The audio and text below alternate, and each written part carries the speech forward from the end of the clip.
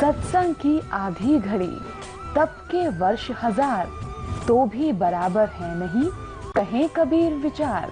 देखिए सभी पवित्र धर्मों के पवित्र शास्त्रों व ग्रंथों के आधार पर आपकी पुस्तक अरदास पढ़ा रहा है। अगर वो अच्छा ज्ञान है तो ग्रहण कर लेंगे सारी जनता, और गलत है तो उसको त्याग देंगे। पढ़ाने का यही उद्देश्य है दास। जगत गुरु तत्वदर्शी संत रामपाल जी महाराज द्वारा अद्वितीय आध्यात्मिक सत्संग प्रवचन का विशेष प्रसारण प्रतिदिन सायं 7:40 पर सिर्फ साधना टीवी पर।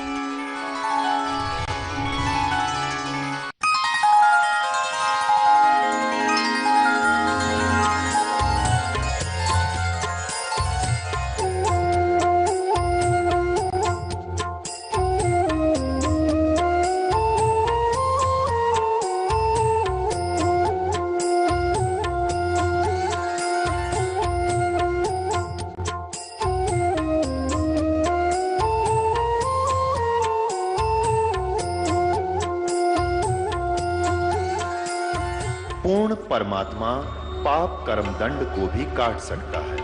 अभी तक जिस भी संत व महापुरुष से मिले, उन्होंने यही बताया कि पाप कर्म फल भोगने से ही समाप्त होगा। वो प्रभु कौन है जो पाप कर्म को काट देता है, वो काल के बंधन से छुड़वा देता है। उसका क्या नाम है, पूजा की विधि क्या है? कृपया अवश्य सुनिए जगत गुरु तत्वदर्शी संत रामपाल जी महाराज के अमृत वचन। आत्मा तो भगवान बिना रह नहीं सकती, क्योंकि ये वो सुख छोड़ कर आ रही है।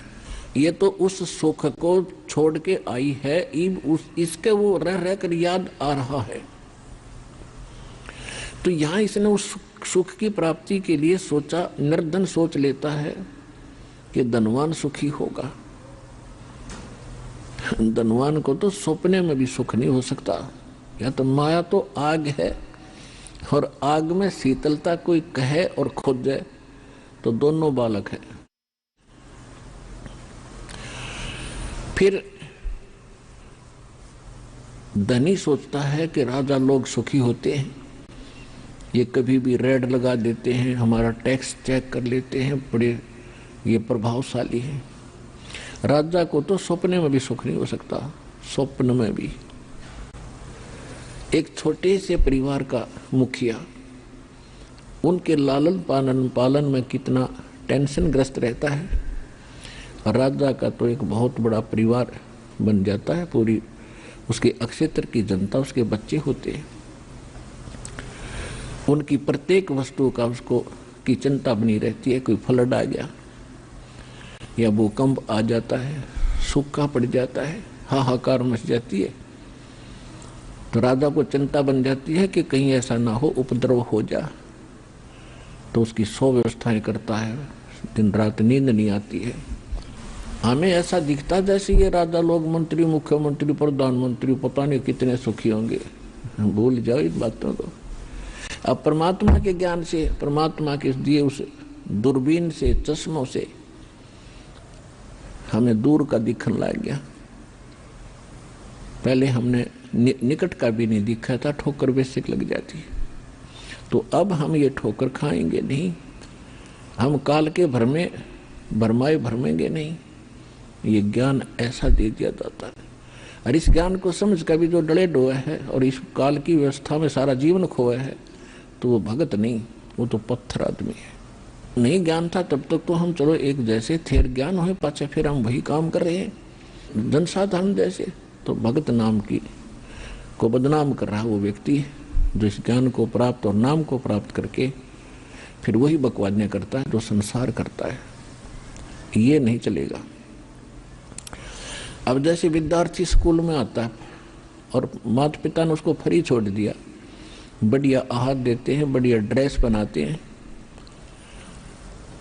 और जो बच्चे स्कूल नहीं जाते तो वो क्या करते हैं, और स्कूल जाने वाले क्या करते हैं, जो स्कूल में, कॉलेज में, विद्यालय में नहीं जाते वो बच्चे क्या करते हैं, कहीं पर वृक्षों पर चढ़ रहे होंगे, उतर रहे होंगे, कूद रहे होंगे, या वैसे किसी खेल को खेल रहे होंगे,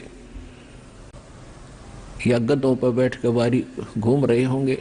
गांवों में इतने की और सवारी हुआ करती पहले, छोटे छोटे बच्चे उन पर बैठे अंडे जाया करते, तो पढ़ते नहीं थे।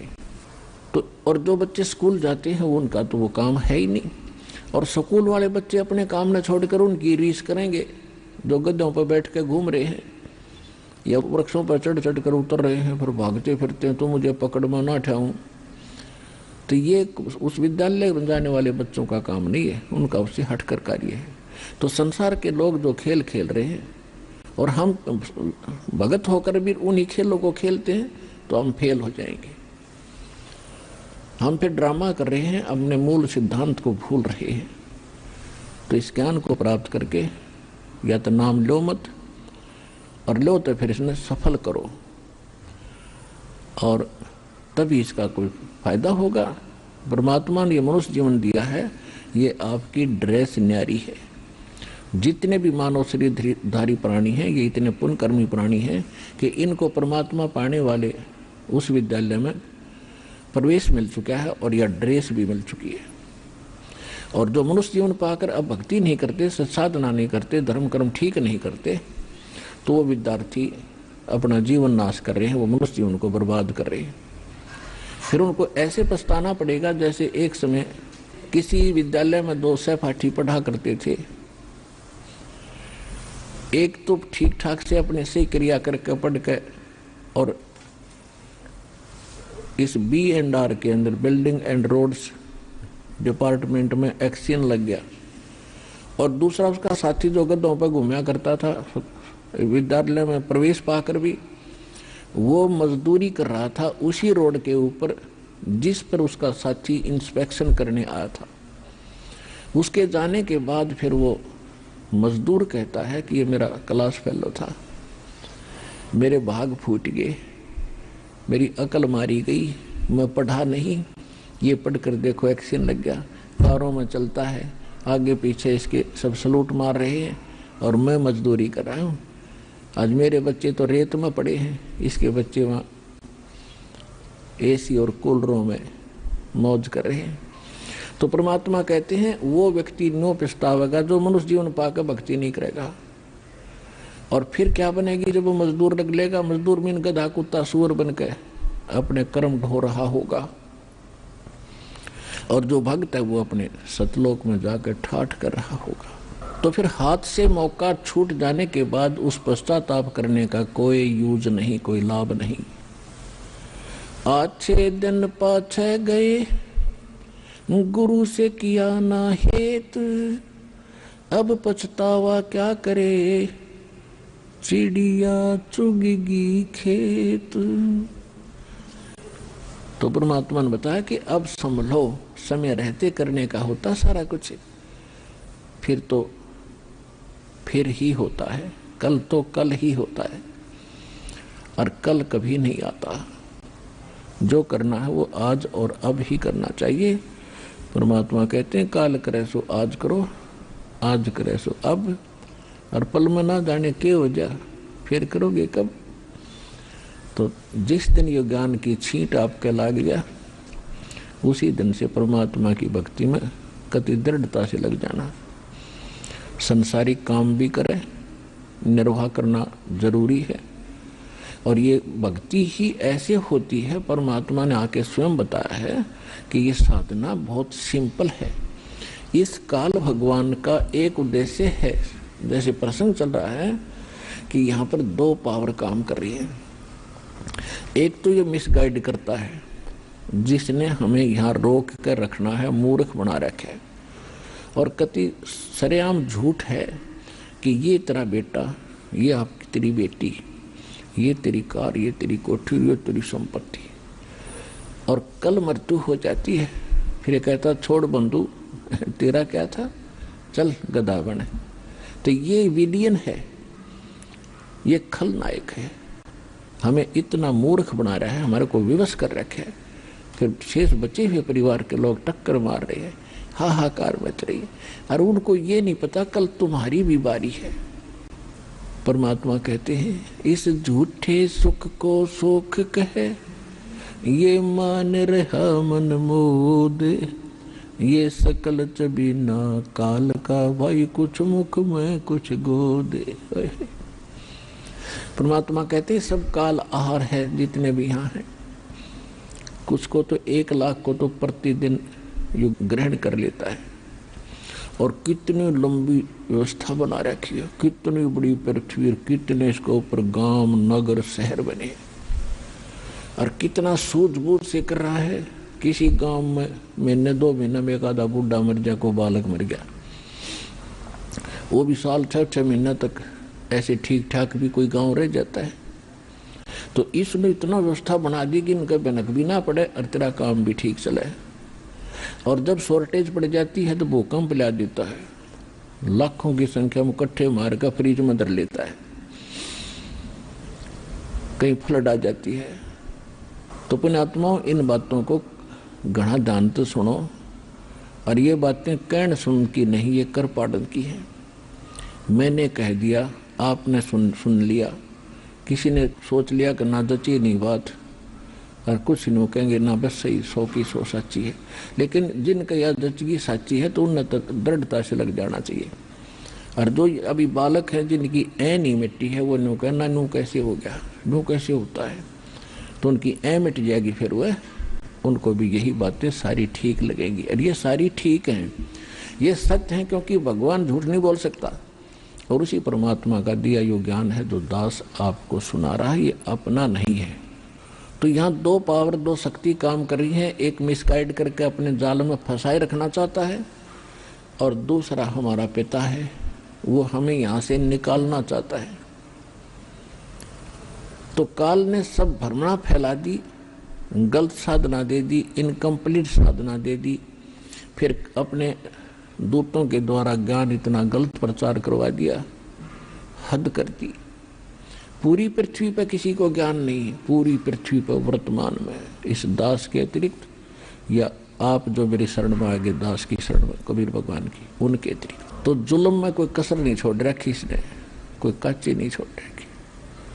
और समर्थ उसे कहते हैं, इसके सारे जाल को तोड़ कर दर देगा, इसकी पोल खोल दी दाता ने। और अब जैसे यह ज्ञान ग्रहण किया, धीरे धीरे अज्ञान सब में फैल गया। अब ये ज्ञान धीरे धीरे सब समावेगा और पूरा विश्व भक्ति करेगा। ये भगवान का वचन है, सब सुखी होंगे। और जो इस नाम को लेकर भक्ति करेंगे उनका मोक्ष होगा, सतलोक जाएंगे, ये गारंटीड बात है।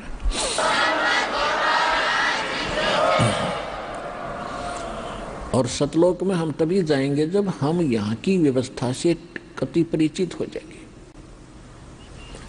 खूब परिचित हो जाएंगे यहाँ की व्यवस्था से, तब हमारा मन अटेगा। अब यहाँ क्या है कि जिसका पुत्र नहीं है वो न सोचे भगवान पुत्र हो जा, हे भगवान पुत्र हो जा।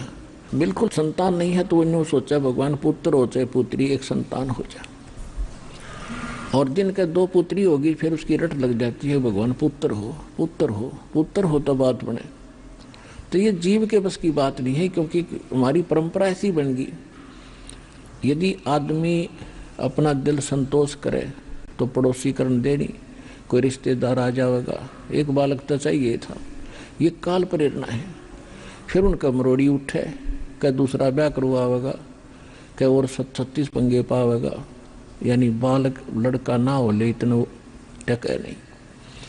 अपना आत्मा यहाँ तो एक संस्कार भोग रहे हो आप, और वही मिलेगा जो आपके पूर्व में संस्कार आपकी किस्मत में लिखे हुए, चाहे कितने सिर पटक लो। एक दास जब जूनियर इंजीनियर की नौकरी करता था सिविल की, एक कंस्ट्रक्शन काम चल रहा था, वह कॉन्ट्रैक्टर था, और वो लगभग दास उस समय 30, 35, 36 की उम्र का था, और वो लगभग 55 और 58 की उम्र का व्यक्ति था। तो ऐसे ही कोई बात चल रही थी, वहाँ बैठे थे और कुछ व्यक्ति और बैठा था कोई खेतों में, जैसे किसान। तो वो कह रहा था कि फलाने आपस में बतला रहे थे कि उसका लड़का हो गया, उसके एक लड़की है। तो वो ठेकेदार कहने लगा भाई भगवान ने जो लिख रखा है उसने कोई नहीं बदल सकता। मेरे 4 लड़की थी, 3 4 बताई उसने, और सारी लड़की ब्याह दी, तीनों जवान होगी, और फिर प्रेरणा पैदा कर दी वीरानी केस काल ने के करा मेरी गेला। मेरी पत्नी भी किसी ने कह दिया हुआ, फिर अपनी की तो मौसी की बेटी ने ले आई, मेरा ब्याह करवा दिया, एक पुत्र हो जाएगा, एक पुत्र तो चाहिए। मैं बोला पहली प्रथम डिलीवरी में 2 लड़की हुई इकट्ठी है। मन तो जब ऑपरेशन करवा दिया, पांडा छुटवा क्योंकि पाट पीछा छुटे। तो भाई इन बातों ने याद रखो तुम। फिर हम उस समर्थ की शरण में आगे, यदि आपको आवश्यक होगा तो ये सब कुछ देगा, और नहीं आवश्यक होगा तो इस ज्ञान आधार बना के जी लो, और इस परमात्मा के अमृत ज्ञान की घुट्टी पियो तुम, जब बात बनेगी। तो कहने का भाव ये है कि एक व्यक्ति को 4 पुत्र हुए, और पहले किसान था वो, पहले उसके 4-5 एकड़ जमीन थी, उसने सारी उम्र मेहनत कर करके अपना खर्चा कम करके यानी 15-16 एकड़ जमीन बना दी। परमात्मा की भक्ति का ज्ञान किसी को है नहीं, परमात्मा की भक्ति तो हम सोचते नहीं, हम तो माया की दौड़ में ही अपना जीवन व्यर्थ कर देते हैं। बच्चों का विवाह कर दिया, पोता पोती होगी, और खुद को पैरालिसिस हो गया, अधरंग मार गया। अब उसके साथ क्या बनी? अब कुछ दिन तो बच्चे अलग अलग हो गए। अब कुछ दिन तो बड़े पुत्र ने रखा, 2 महीने में पुत्र, उसकी पुत्र वधू वो कति थक गई, तुम रखो, दूसरों से बोले कि तुम भी तो जमीन बराबर की ले रहे हो। फिर दूसरे को बेच दिया, 2 महीने में दूसरा छक लिया, कभी टूक मिले नहीं, कभी नुहावे नहीं, कभी टट्टी माए पड़ी है उसकी, खेतों में चले जा, शाम ने संभाले। फिर तीसरे का नंबर आ गया, फिर चौथे का। उनकी यह दशा देखकर रिश्तेदार इकट्ठे हुए, उन्होंने कहा भाई तुम इसकी संभाल क्यों नहीं करते, या फिर इसके हिस्से की जमीन दे दो, हम की कोई नौकर छोड़ दें। लास्ट में छोटे वाले लड़के ने कहा कि भाई मैं संभालूंगा पिताजी को, और इसके हिस्से की जमीन मुझे दे दो। अब ठीक है। अब 6 महीने तो उसने संभाला, फिर वह दशा होगी। फिर रिश्तेदार इकट्ठे हुए, कहने लगे भाई तूने या तो गलती कर दी या तो इसे संभाल। नो बोला ये बाबू भी ले लो, पिताजी भी ले लो, और या जमीन भी ले लो। अब पंचायत हो रही, गांव के लोग इकट्ठे हो गए, और छोटा लड़का और वो सब लड़के कह रहे इसने भी ले लो। और वो बूढ़ा कैसा पड़ा नुपंगा मुँह रहा, और पोता है क्या उसके पास, उस छोटे वाले का। उन्हें न्यों कहा गया ये पुत्रा ने तक कर काट दी टाटी, पोता करेगा तेरे गहरे, ये पोता करेगा तेरी चोटी में मान ले से। तो जो काम करने का था वो तो ना करे, चल ठीक है संपत्ति भी बना ली, पर इसके साथ साथ एक जरूरी काम था वो ना करने से अब कितना दुख हो गया। फिर बात रही दूसरी, मान लीजिए कोई संस्कारवश अच्छी पुण्यात्मा भी पुत्र पुत्री होते हैं, सभी ऐसे नहीं होते, लेकिन ये एक मोटा उदाहरण है, और 90% ये फिट है, ये समझ लेना, 90%। बाकी रही 10% अच्छे बच्चे भी हो सकते हैं, लड़के भी, बेटा बेटियां भी, पुत्र वधू भी अच्छी आ सकती है, ऐसी कोई बात नहीं। लेकिन जो भक्ति ना करने से उसके जो कर्म बिगड़ गए, और प्रारब्ध यानी किस्मत के अंदर कोई मान ले ऐसा दोष, कैंसर बन गया उसका रोग। अब वो बच्चे अच्छे भी हैं, पुत्र वधू भी खूब सेवा कर रही है उस व्यक्ति की, लेकिन जो उस कैंसर का जो दर्द है, पीड़ा है, जो चीज है, वो तो पिताजी ने भोगनी पड़ेगी, वो बेटा बेटी नहीं बता सकते, वो तो रो सकते हैं बैठ के। तो उनसे बचने के लिए परमात्मा की भक्ति जरूरी है। दुख में सुमरण सब करे, सुख में करे ना कोई, जय सुख में सुमरण करे, दुख कहे को होए। अपने आत्मा आप यहाँ खैर बहुत मिलते हैं, भगत आते हैं, यहाँ इसलिए बुलाया जाता है आपको। देखो आपको यहाँ बुलाकर हमारा उद्देश्य क्या आपको बुलाने का, कि बच्चा जैसे विद्यालय में जाता है तो बच्चा उन बच्चों से ही आधे से ज्यादा शिक्षा ग्रहण करता है, बैठन की, उठन की, बोलन की और पढ़न की, लिखन की। अब जैसे पहली बार बच्चा जाता है स्कूल में तो कई बार हम देखा करते थे छोटे बच्चे अध्यापक की कुर्सी पर बैठ जाते चढ़कर, फिर दूसरे बच्चे कहा करते हो इस पर मत बैठे, नीचे बैठ जा, गुरु जी की कुर्सी है या मास्टर जी की कुर्सी, यहाँ नहीं बैठा करते। तो फिर वो बच्चे अचकन लगे, तो वो बैठने का मैनर भी उन्होंने वहाँ जाके सीखा। इसी प्रकार आपको यहाँ बुलाया जाता है तो आपको बैठने का, जैसे आपको कोई नए बच्चे आते हैं, आजकल एजुकेशन घनी होगी, उन्हें बैठने का तरीका भूल गए भाई, तो यहाँ दूसरी बहन बेटी भाई बताओगे ना भाई बहन ऐसे नहीं बैठते, ऐसे बैठो, तो फिर वह सीखेगी। तो फिर यहाँ भी आप एक दूसरे से सुनते हो, कोई किसी का दुख दूर हो रहा है, किसी को कुछ पीड़ा थी, किसी को कुछ थी, तो आपको दृढ़ता आती है, हाँ बात बनेगी यहाँ पर। तो इसी प्रकार यहाँ आपको बहुत से बुजुर्ग भी मिलेंगे जो 5-4 वर्ष से लगे हुए हैं, और वो पहले क्या स्थिति थी आज वह कैसा ठीक जीवन जी रहे हैं। नहीं तो बुढ़ापा कैर है इस जीव के लिए, मृत्यु से भी बुरा है ये वृद्धावस्था। वृद्धावस्था के अंदर जो कर्महीन प्राणी, जिनके ना तो पूर्व के संस्कार ना इस जन्म में कुछ शुभ किए, तो इतना दुखी हो जाता है, रोया कर बैठ के भगवान ठाले मने, हे परमात्मा कद उठावेगा। तो इन दुखों से बचने के लिए भी भगवान की भक्ति की आवश्यकता है, इसलिए ये पाठ पढ़ाया जाता है। मानुष जन्म पाए कर जो नहीं रटे हरि नामे, जैसे कुआ जल बिना भाई बनवाया क्या काम। अब कौन से राम की भक्ति करें? एक तो ये राम है ज्योति निरंजन ब्रह्म सरपुरुष, एक रामचंद्र राजा का पुत्र, उसको भी राम कहा करते हम, राजा दशरथ के पुत्र को। श्री कृष्ण वासुदेव के पुत्र को भी हम राम कहा करते, विष्णु जी को भी राम कहते थे, शंकर जी को भी राम कहते थे। सभी देवताओं को शक्ति युक्त मानकर हम इनको आदर और पूज्य मानते थे। अब परमात्मा के ज्ञान से पता चला कि एक ही परमात्मा है जो पूज्य है, जो दुख नाशक है, जो पाप नाशक है, जो मोक्षदायक है, सबका पालन करने वाला है, और उसको छोड़कर अन्य की जो पूजा करते हैं वो पूजा ठीक नहीं है। वो शास्त्र विधि को त्याग कर मनमाना आचरण है, जिससे ना कोई सुख होना है, ना कोई सिद्धि प्राप्त होनी है, ना गति होनी है। तो उस ज्ञान को परमात्मा स्वयं ही आकर बताते हैं। वेद प्रमाण देते हैं कि चारों वेद प्रमाणित करते हैं कि परमात्मा ऊपर रहता है सतलोक में, और वहां उसके सिर पर मुकुट है, ऊपर बहुत बड़ा छत्र सफेद है, सफेद सिंहासन है, परमात्मा उसके ऊपर राजा के समान विराजमान है।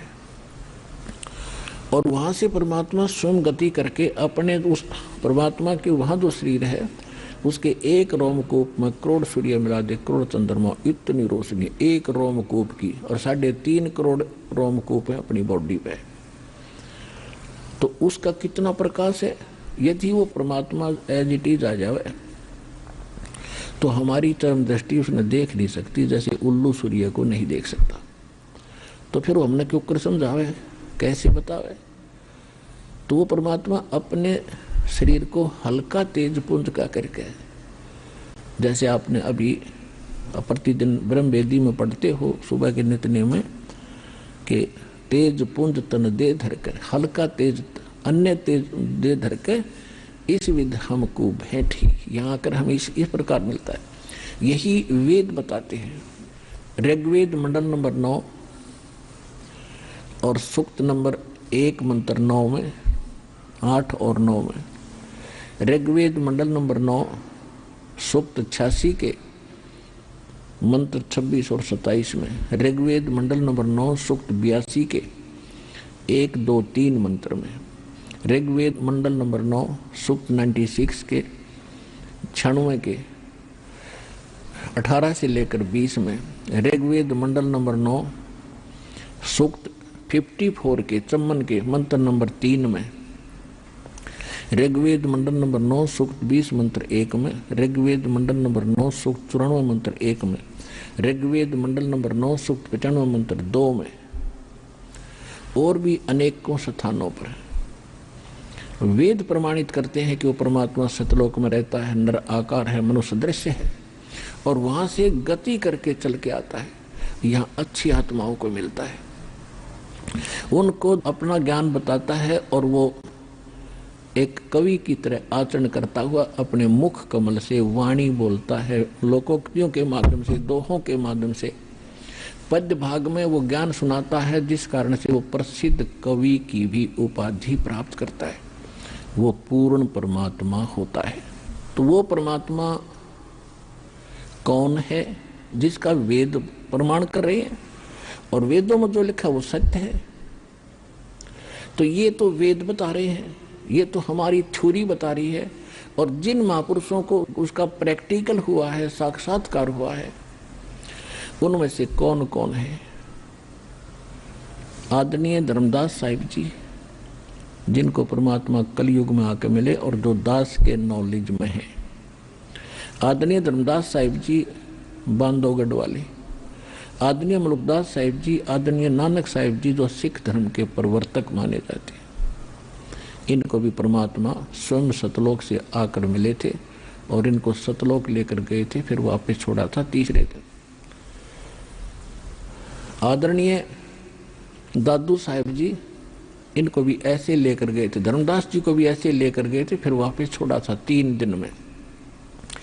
ऐसे मुल्कदास जी को, ऐसे दादू साहिब जी को 3 दिन तक अचेत रहे थे, 3 दिन में ऊपर घुमाकर वापस छोड़ा था। उनके बाद उन्होंने वही गुणगान किया।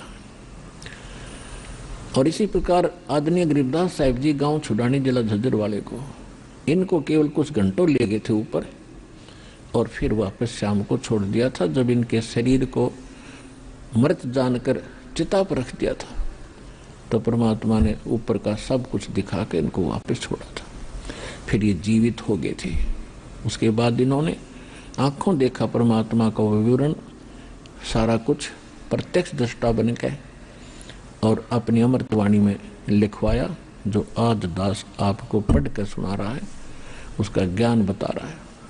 आदरणीय घीसा दास साहिब जी को गांव खेखड़ा, बागपत और उत्तर प्रदेश वाले को, इन और आदरणीय स्वामी रामानंद जी काशी वाले को, इनको परमात्मा मिले, और 1997 में फाल्गुन उत्तरते की एकम को इस दास को मिले कुछ समय के लिए।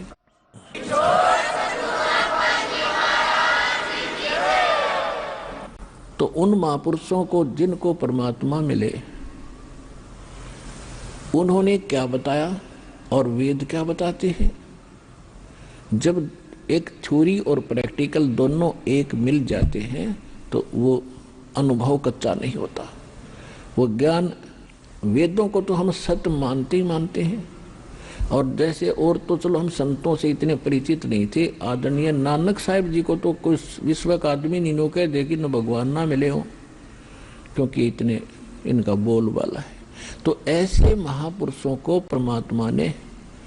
परमात्मा आकर मिलता ही मिलता है, और इसलिए मिलना जरूरी होता है कि काल भगवान ने इतना अज्ञान भर दिया होता है ठोक ठोक के प्रत्येक मनुष्य मानव शरीरधारी प्राणियों के अंतःकरण में, कि उनको ये विश्वास ही नहीं होता कोई यूं क्या परमात्मा साकार हर कहीं रहता है, और कौन है।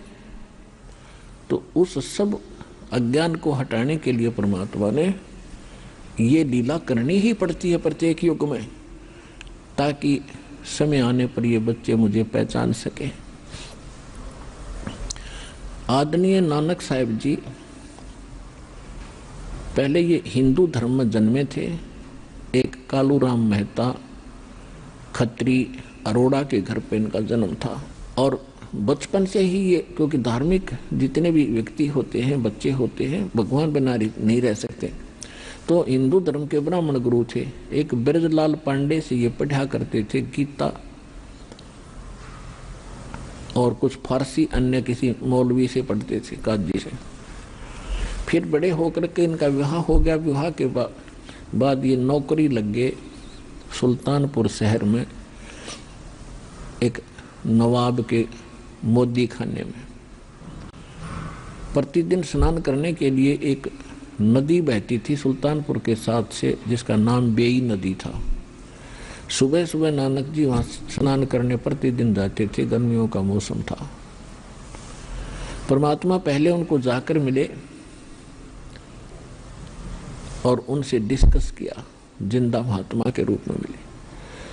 तो नानक जी अपने ज्ञान को जो ब्रजलाल पांडे से सुना था उसको बहुत दृढ़ मानते थे, और श्री कृष्ण जी को भगवान मानते थे, विष्णु जी को, श्री राम को वो परमात्मा मानते थे।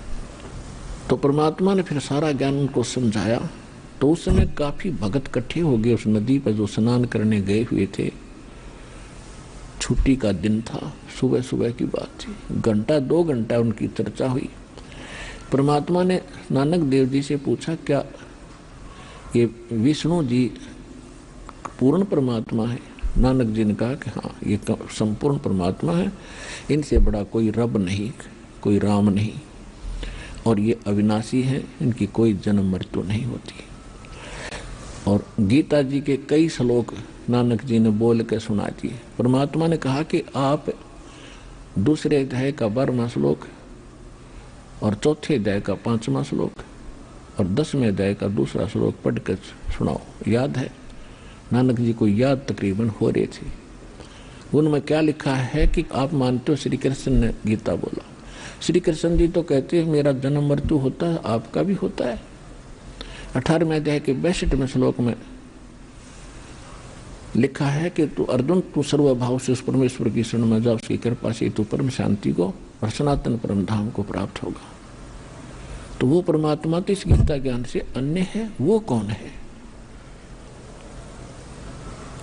सबसे पहले परमात्मा ने जाकर कहा था कि मैं कुछ ज्ञान सुनना चाहता हूं, आप बड़े अच्छे भक्त बताए। तो नानक साहब ने कहा कि ज्ञान सुनना है तो मेरा शिष्य बन। परमात्मा बोले ठीक है जी, ज्ञान सुनाओ, मैं आपका शिष्य हो जाऊंगा, मुझे ज्ञान दो। तो भगत काफी सुन रहे थे, और जब परमात्मा ने ये 2-4 बातें बताई, और गीता ज्ञान दाता तो चौथे अध्याय के 34वें श्लोक में कहता है कि उस तत्व ज्ञान को जिसके बारे में ये बताया गया है उस परमेश्वर की शरण में जा। वो परमेश्वर कौन है वो तत्वदर्शी संत बताएंगे। वो गीता ज्ञान दाता नहीं जानता, तो वो संत खोजने पड़ेंगे। और वो संत मैंने खोज रखा है। परमात्मा कह रहे थे वो संत मैंने खोज रखा है, और काशी में रहता है, मेरा सतगुरु है, उसने वो ज्ञान बताया है। अब नानक साहब जी उस समय तो मान्य नहीं, और परमात्मा उठकर चले गए। और मालिक ने बता दिया था कि मैं दुल्हा हूँ, धानक हूँ, काशी में रहता हूँ, दुल्हाई का काम करता हूँ, और मैंने रामानंद जी को गुरु बना रखा है। और ये ज्ञान मैंने उनसे सुना है, लेकिन उनसे भी मेरी तृप्ति हुई नहीं। अब नानक जी जब वो कबीर साहब उठकर चले गए, उपस्थित व्यक्तियों ने पूछा कि ये कौन थे। उन्होंने बताया कि ये धानक था, काशी का दुल्हा, नीच जात, और अपने आप को विद्वान बताता है। रामकृष्ण को कहता है ये तो भगवान नहीं है। लेकिन वो जो श्लोक फिर जाकर उन्होंने घर देखे जाकर नानक जी ने, वो सारे सच्चे पाए। सारी रात नींद नहीं आई। 2-3 महीने तक ये रट लगाएंगे कि जब ये आदमी इतनी जानता है तो कोई संत भी इसके पास पूरा होगा। अन्यों तक तरफ है कि हे भगवान एक बार वो संत मिले, एक बार फिर आवे। तो फिर दोबारा एक दिन स्नान करने गए थे, परमात्मा उसी रूप में आए। इनकी फिर गुप्त डिस्कशन हुई। उस समय जो स्नान करने वाले व्यक्ति वहां पर बैठे थे वो केवल नानक जी को देख रहे थे, परमात्मा को नहीं देख पा रहे थे। उनकी काफी देर गुप्त चर्चा होती रही। लोग ये सोच रहे थे नानक जी बोल किसके साथ रहा है। फिर आखिर में ये फैसला हुआ, नानक जी बोले कि मैं इस दरिया में डुबकी लाऊंगा और मुझे खोज दिए, मैं तो आपको भगवान मानूंगा। परमात्मा बोले लगा डुबकी। तो जब उन्होंने डुबकी लगाई तो साथ उस समय वहां उपस्थित लोगों को वो दो दिखाई दिए, एक नानक जी, एक साधु रूप में, और उन्होंने डुबकी लगाई। नानक जी ने उनके शरीर को निकाल कर बाहर रख दिया दूर स्थान पर, और नानक जी को निकाल लिया, अंतर ध्यान कर लिया, लोग नहीं देख रहे थे। तब नानक जी ने कहा कि अब मैं आपकी सारी बात सुनूंगा, सुनाओ। सृष्टि रचना सुनाई। फिर सचखंड लेकर गए, 3 दिन तक उनके शरीर को गुप्त रखा और तीसरे दिन उनको वापस छोड़ा, सारे ब्रह्मांड दिखा के। उसी दिन नौकरी त्याग के वापस आते ही सबने मान लिया था कि नानक जी डूब गए, और कति गोताखोरों से खोज डाला था, बड़ी दूर दूर तक जाल से खोज डाला था कि डूब गया होगा नानक जी। और वो खोज रहे थे डाउन स्ट्रीम में, और वो शरीर रखा था अप स्ट्रीम में। उधर बुद्धि किसी की जावे नहीं थी। और श्री नानक देव जी के जो जीजा जी थे, बहनोई थे, हाँ जीजा जी, वो सुल्तानपुर शहर के नवाब के खास आदमी थे, और उन्हीं की शनाख्त पर नानक जी को वहाँ नौकरी मिली थी, जिस कारण से पूरी खोज की लेकिन वो मिले नहीं। तो तीसरे दिन जब वापस आए तो लोगों के आश्चर्य का ठिकाना नहीं था, और पूछ रहे थे कहाँ गए थे आप, तो डूब गए थे। तो नानक जी ने कहा कि वो डूबते हैं जिनके साथ भगवान रब नहीं होता, मेरे साथ रब था। और मोदी खाने में जाकर और सबको बांट दिया, ले जा 12-13 तक गणतीय भूल गए, 13 सारा खजाना लुटा दिया, क्योंकि महीने में हफ्ते के अंदर सबको मेहनताना दिया करते हो, खजाना था। पहले मेहनताना ही था, कणक दे दी, कोई गेहूँ दे दिया, कोई गुड़ शक्कर दे दी, वो सारा बांट दिया, कुछ पैसे नगद दे दिए थोड़े बहुत। तो किसी ने शिकायत कर दी और स्वयं जाकर बैठ गए, वैसा ही चोला पहन लिया जिस रूप में परमात्मा मिले थे, जिंदा महात्मा के रूप में, ऐसा ही चोगा पहन के शमशान घाट पर बैठ गए जाके। अब किसी ने शिकायत की कि आपके मोदी खाने के नौकर ने आपका सारा खजाना खाली कर दिया।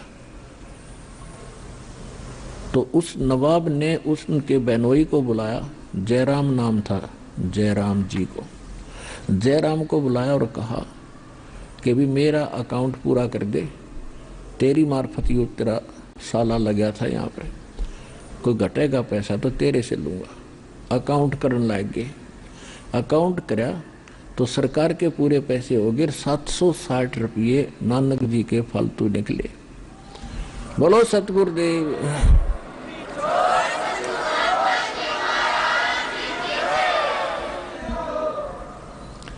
इस बात को देखकर सब हैरान रह गए कि कति खाली करके गया था, नौका ने भरा पाया। तो नानक जी को बाई इज्जत बुलाया गया।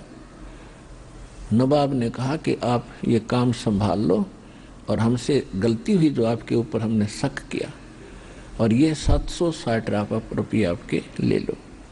नानक साहब बोला पर रखो इस पैसा ने, और हम तेरी नौकरी ना करें, अब सच्ची सरकार की नौकरी करेंगे, इस नकली की नौकरी बहुत कर ली।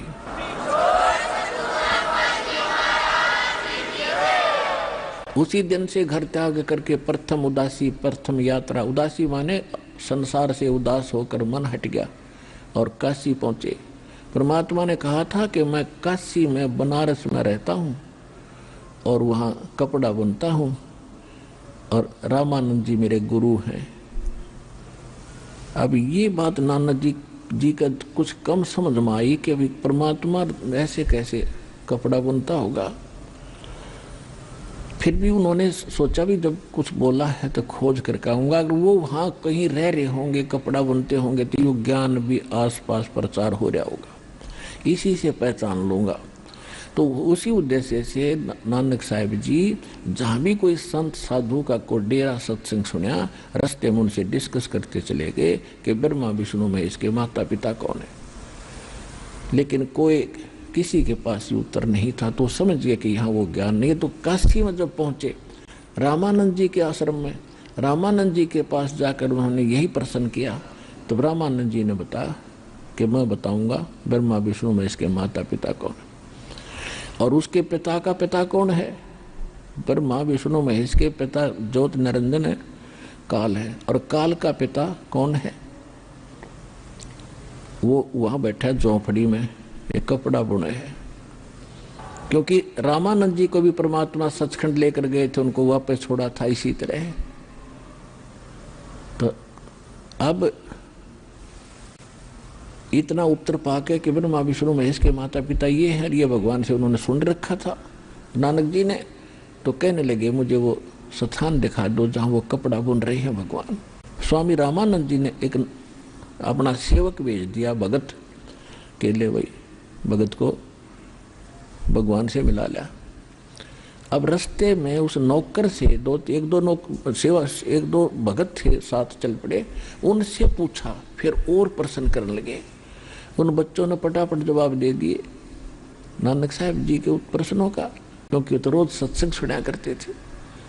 उन भक्तों ने तुरंत उत्तर दे दिए जो भी उन्होंने पूछा।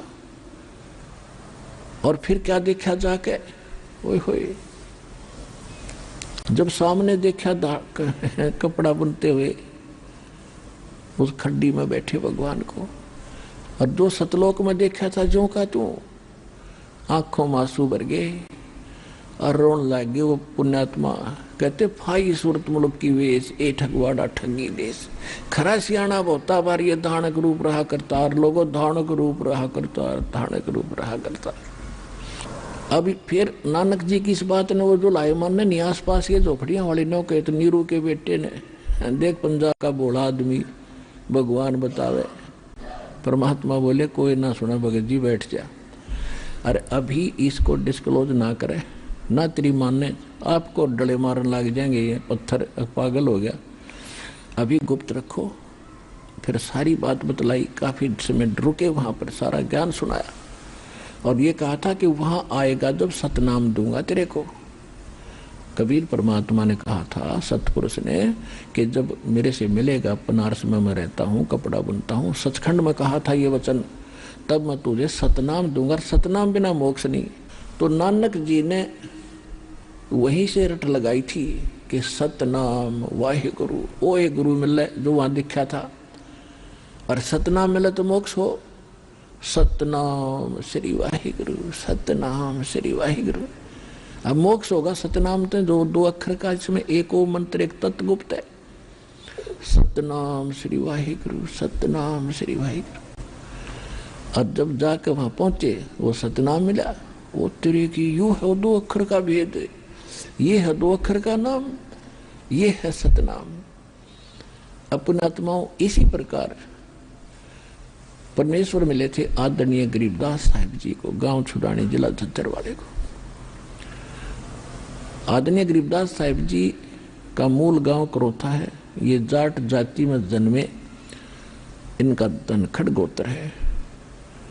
और इनके मामा जी थे छुड़ानी गांव में,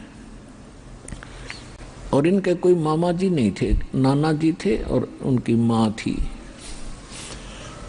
उनका एक जमीन गणी थी, यानी गरीबदास जी के नाना के यहाँ 1400 एकड़ जमीन थी, लगभग 1400 एकड़, 2500 बीघा के आसपास थी। बड़े बीघे होते थे, वही 5 वाले नहीं, बड़े। तो उसको कोई संभालने वाला वारिस नहीं था, तो गरीबदास जी के पिताजी को वहाँ घर जमाई रख लिया था। शिवलाल नाम था उनका, शिवलाल जी ने। और वहाँ जब रहने लगे थे उनके पिताजी, गरीबदास जी के पिता श्री बलराम जी थे, गांव करोथा के, छुड़ानी ब्याहे थे, वहाँ अपनी ससुराल में रहने लगे। 12 वर्ष के बाद गरीबदास जी वहाँ रहने के बाद जन्म हुआ था, इकलौता पुत्र। 10 वर्ष के हो गए, जमीन गणी थी, वर्षा हो जाती तो फसल होती थी, अन्यथा पशुपालन ज्यादा करते थे, गौ पालन करते थे। और इतनी जमीन थी कि स्वयं भी चरागा प्रयोग करते थे, और गांव के दूसरे गरीब लोग भी अपनी पशु, अपनी गौओं को उन्हीं के खेतों में चराया करते थे। तो जब गरीबदास जी 10 वर्ष के हुए, आदरणीय गरीबदास साहिब जी का जन्म संवत 1774 और सन 1717 में छुडानी में हुआ। जब वो 10 वर्ष के हुए सन 1727 में, अपने पहले बच्चे पढ़ते थे ही नहीं, अपने ही व्यवसाय को किया करते थे, तो छोटे बच्चे को पाली भेजा करते थे ग्वाला। वो स्वयं भी साथ जाते थे, साथ में अन्य नौकर रखे जाते थे, वो भी साथ पाली जाते थे। तो फाल्गुन द्वादशी, फाल्गुन मास की द्वादशी, सुदी द्वादशी, चांदनी द्वादशी को दिन के लगभग 10 बजे सभी ग्वाले, 10-15 ग्वाले थे, बड़े भी थे, कोई 50 वर्ष का, कोई 30 वर्ष का, कोई 20 वर्ष का, कोई 18 वर्ष का। सबसे छोटे गरीबदास जी थे 10 वर्ष के। वह बैठ कर खाना खा रहे थे 10 बजे से। उधर से परमात्मा सचखंड से चलकर आए, वहाँ एक जिंदा रूप महात्मा का रूप बनाया थोड़ी सी दूरी पर, और वहां से यात्री की तरह चलते हुए आ रहे थे। और बाबा जी का रूप, वेशभूषा जिंदा महात्मा की, तो उसमें अतिथि का सत्कार गणा था, फिर महात्मा दिख जाए तो ज्यादा ही सत्कार होता था। तो सभी ने कहा कि बाबा जी आगे, भाई महाराज जी आ जाओ, महाराज जी बैठो और भोजन खाओ। एक कपड़ा बिछा दिया, महाराज जी बैठ गए। परमात्मा बोले, भाई रोटी तो मैं खा कर आया हूँ बच्चों, अब खाना नहीं खाऊंगा।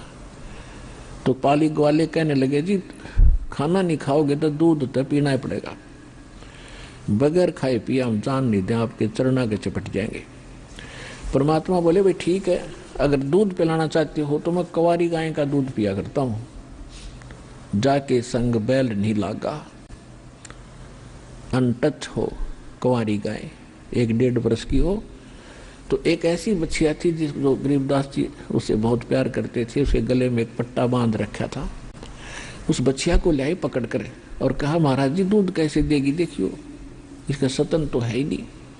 दूसरे जो बड़े पाली थे वो कहने लगे, बाबा जी तेरी नीत दूध पीने की नहीं है, आप तो मजाक कर रहे हो। परमात्मा बोले, भाई दूध तुमको दूध पिए बिना हम जान नहीं देंगे, तो पिला दो, दूध ऐसा पीता हूं मैं।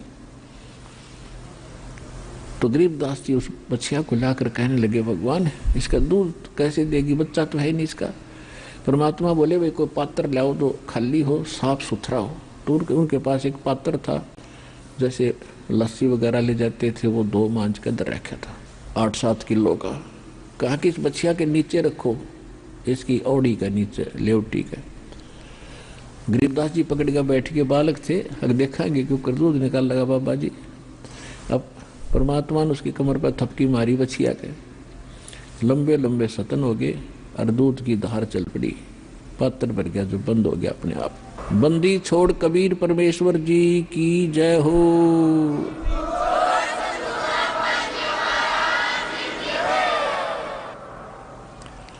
अब गरीबदास जी देखें, एक बार दूध की तरफ देखें, एक बार गाय के वो थन लंबे लंबे हो गए थे उन्होंने देखे, फिर बाबा जी की तरफ देखे और कहने लगे, ले महाराज जी पी लो, ये तो आपकी दया हुई है।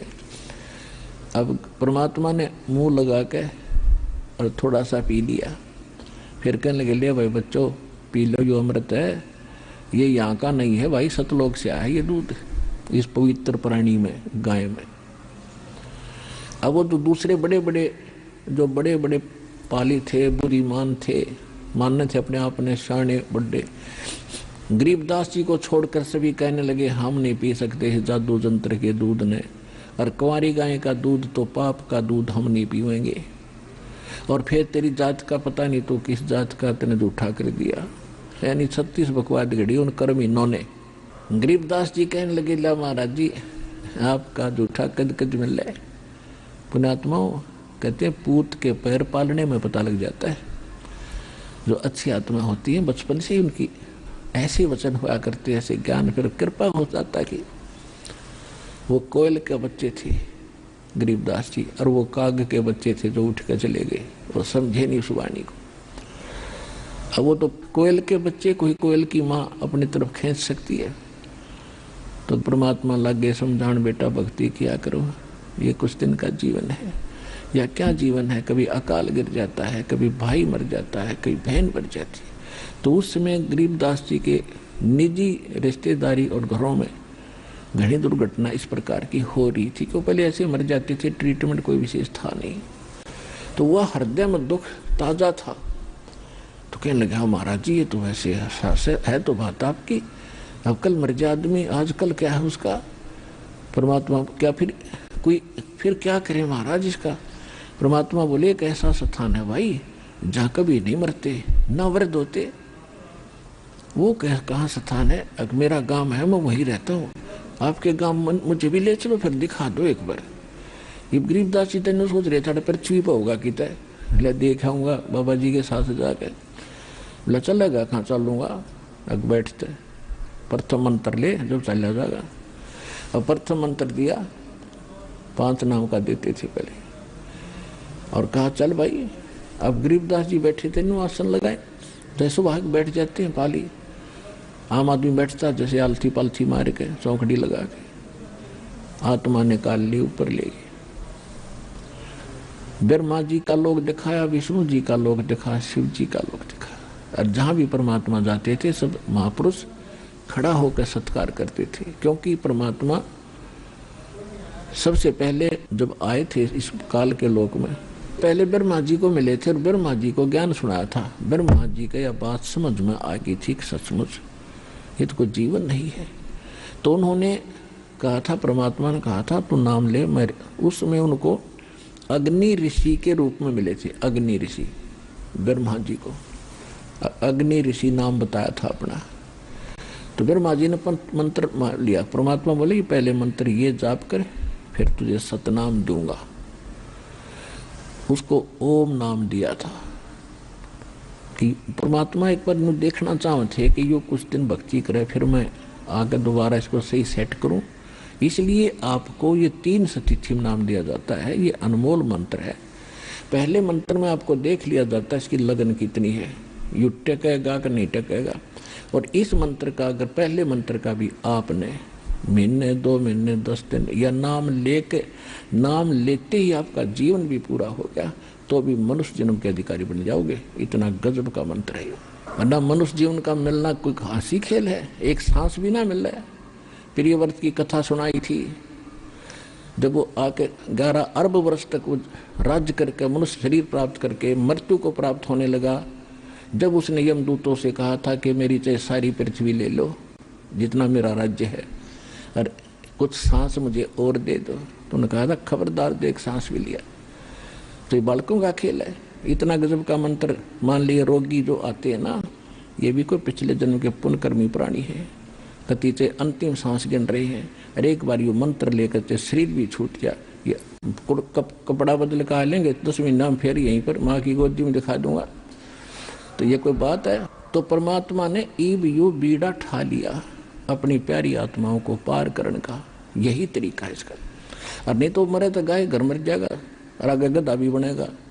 और यहाँ वैसे तो यहाँ आ गया तो एक तो आते हैं सिर्फ देख लेते हैं। उनके भगत ने कई बार कह लिया हम एक बार ट्राई ले आते हैं। जो ट्राई लेने आते हैं और नाम भी ले लिया तो उनको ऐसा लाभ मिलेगा। वो मर भी जाएंगे तो लेकिन मालिक को पता कि मेरा होगी आत्मा, यही मेरी होगी, इसको तुरंत मनुष्य जीवन दूंगा। अरे दोबारा आएगा, इतने ज्ञान बहुत फैल रहा होगा, इसे भगत का जन्म देगा और पार कर देगा। और जो सच्चे दिल तो दृढ़ होकर आता है, जो सब जगह थक चुका है और वो नो सोचा कि मेरे और कितने ठिकाना नहीं, तो किसी बीमारी हो गारंटी ठीक होगा। कोई बात है? परमात्मा किसे कहते हैं? तो कहने का भाव ये है कि ब्रह्मा जी को प्रथम मंत्र दिया। जैसे दास को परमात्मा का आदेश शुरू से ही दास ऐसे मंत्र दे रहा है, प्रथम मंत्र, फिर 4-5 महीने के बाद द्वितीय मंत्र सतनाम, और फिर खूब दृढ़ता देखकर कति छाण का यू भगत है या बकवादी आदमी है तब उसको सार नाम दिया जाता है। तो इसलिए हम तभी दृढ़ बनेंगे, ना तो ड्रामे करते हम ना संजनम हो गए भक्ति के, नाम ले लिया बकवाद भी करते रहते हैं। तो पुण्यात्मा प्रथम मंत्र लेने में अगर कोई त्रुटि आपसे हो जाती तो अक्षमा योग्य है, क्योंकि पता है हमें समाज में कैसे रह रहे हो। तो सतनाम को इतनी जल्दी ना करा करो लेने की, जब तक आप सभी मर्यादाओं को पालन योग्य हो जाए तब लो। प्रथम मंत्र तो 1 2 3 बार खंड भी हो जाता है, तो हमने ये छोड़ रखा है इतना ऑप्शन। फिर दूसरा मंत्र लेने के बाद तो आपने घनी सावधानी बरतनी पड़ेगी। उसके बाद भी कोई गलती हो जाती है तो भी परमात्मा ने ये ऑप्शन छोड़ रखा है कि वो लोग ऐसा है, संसार में अभी हमारा ज्ञान फैला नहीं है, जिस कारण से ये खंडित भी हो जाता है, तो पुनः सुचारू करावा आके। जैसे आपने कनेक्शन, नाम मिल गया आपको, भगवान की पावर का कनेक्शन मिल गया और कनेक्शन गया कट, तो पावर काम नहीं करेगी, तो दोबारा जुड़वाना पड़ेगा, सारी फॉर्मेलिटी पूरी करके फिर से कनेक्शन लेना पड़ेगा, वो फिर काम शुरू हो जाएगा। तो बालक नहीं हो, इसको तोड़े नहीं, बार बार कट नहीं करे, समझदारी से काम लो और फिर जल्दी से लाभ होगा। ऐसे टूटा फूटी करते रहोगे तो थोड़ा लेट होगे इस परमात्मा की कृपा प्राप्त करने में। तो पहला मंत्र ब्रह्मा को दिया, केवल एक ओम नाम दिया था, न्यो देखने के लिए कि इसमें को दृढ़ता उत्पन्न होती है कि नहीं। तो उस समय तो ब्रह्मा जी ने बड़ा सत्कार किया और सारा ज्ञान स्वीकार किया, सृष्टि रचना सुनाई परमात्मा। उसके बाद फिर गए विष्णु जी के पास। विष्णु जी तो वैसे ही सतोगुण थे, काफी सत्कार किया उसको परमात्मा ने। उसने भी गुरु बनाना चाहा कि मुझे नाम दे दो, सारी सृष्टि रचना सुनाई, उनको हरियम नाम दिया। फिर परमात्मा गए शंकर भगवान के पास। आइए अब हम उन श्रद्धालुओं के अनुभव जानते हैं जो जगत गुरु तत्वदर्शी संत रामपाल जी महाराज जी से दीक्षा प्राप्त कर चुके हैं तथा उनके द्वारा बताए गए भक्ति मार्ग पर चल रहे हैं। सर नमस्कार। साहब जी, साहब। सर क्या शुभ नाम है आपका? कृष्णपाल सिंह होलकर नाम है। सर कहाँ से आए आप? मैं उत्तर प्रदेश के जिला फिरोजाबाद, तहसील सिरसागंज, कस्बा सिरसागंज से। सर संत रामपाल जी महाराज से कब जुड़े आप? 9 अप्रैल 2009 में। संत रामपाल जी महाराज से नाम दीक्षा लेने से पहले आप क्या भक्ति साधनाएं करते थे? मैं जो है शंकर भगवान की भी पूजा करता था और शेरा वाली की भी पूजा करता था। लास्ट में जो है पता लगा कि हनुमान जी बहुत शक्तिशाली हैं और ये सब कुछ देंगे, उनकी भी फिर पूजा करने लगा और इन्हीं देवताओं की मैं पूजा करता था। सर पहले आप सभी देवी देवताओं की पूजा कर रहे थे, तो फिर सर संत रामपाल जी महाराज की शरण मानने की क्या जरूरत आन पड़ी? उनसे हमें कुछ लाभ ही नहीं मिल पाया और स्थिति ऐसे आ गई कि भाई परिवार पूरा जो है भूखों की पोजीशन में आ गया। परिवार में कलह होना शुरू हो गया, पैसे थे नहीं, बड़ी आर्थिक तंगी आ गई।